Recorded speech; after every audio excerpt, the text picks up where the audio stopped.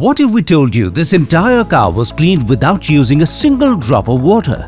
Unbelievable, but it's true. Welcome to Factful Fridays. This week, let's talk about vehicle dry wash, a convenient and sustainable way to clean your vehicle. Now let's take a look at the simple steps involved in dry wash. Once the vehicle is parked under shade, a special foam solution is evenly applied across the vehicle body and wheels. The special foam formulation binds to dirt and effectively lifts it off the vehicle surface.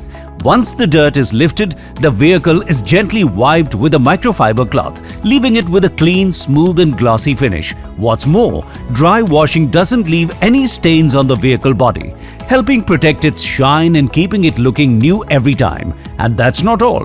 The process of dry wash can save a significant amount of water.